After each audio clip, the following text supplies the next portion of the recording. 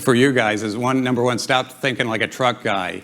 And when I say that, I mean no disrespect for our industry or what you all do. But my philosophy is good parts people, good service people are good leaders, they're good coaches, and they're good communicators. So if you think of those three skills, you can transfer those to any type of industry.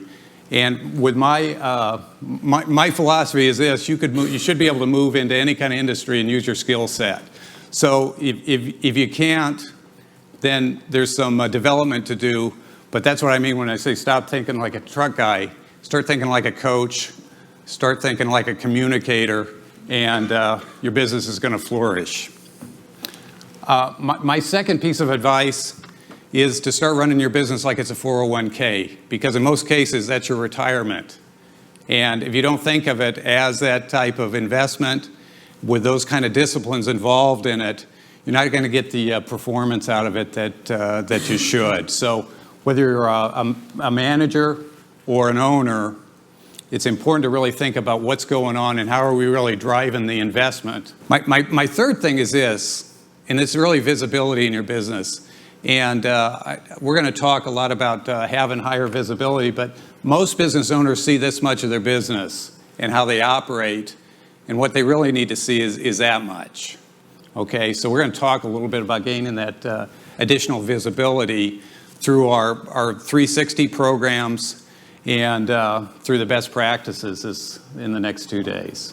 My last one is a longer one, and it says past performance is no guarantee of future results. And the reason I wanted to bring this up is that this group especially, this is our top performing group.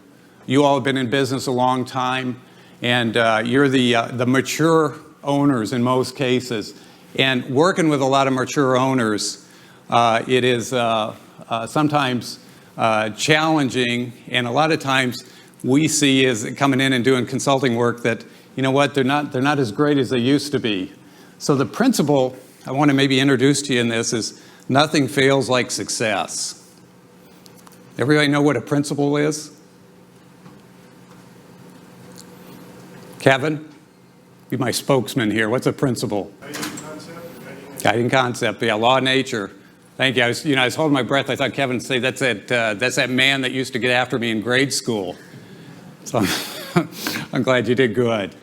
It's kind of like the law of nature. I always think of gravity as the principle. You know, you can deny gravity, but it's not going to deny you.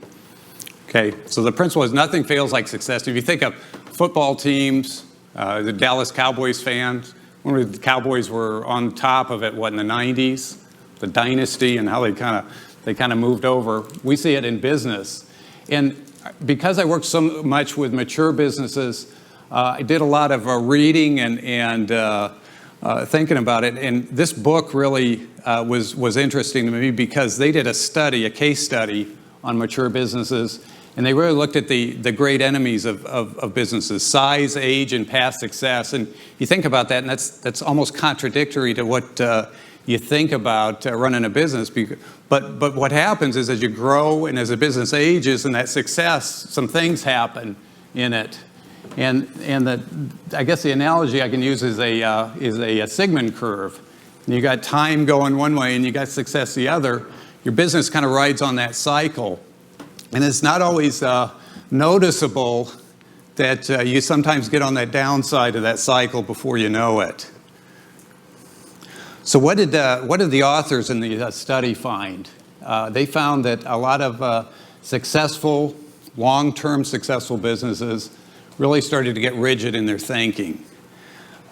They think they're always doing the right things, but the more successful they've been, a lot of times the less they are open to new ideas. So you see that, and as a consultant, I saw it a lot.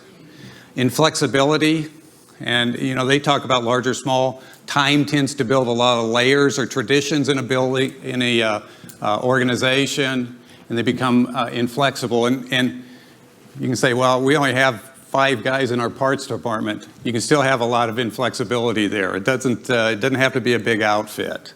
Limited perspective. Great at improving the way that they do things, but poor at questioning if they're doing the right things. Okay? We've been successful a long time.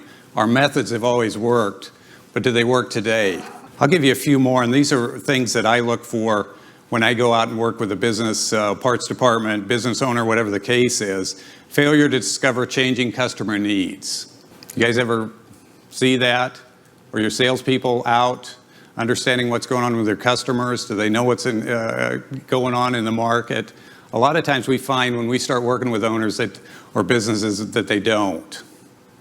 Little or no product strategy or business plan.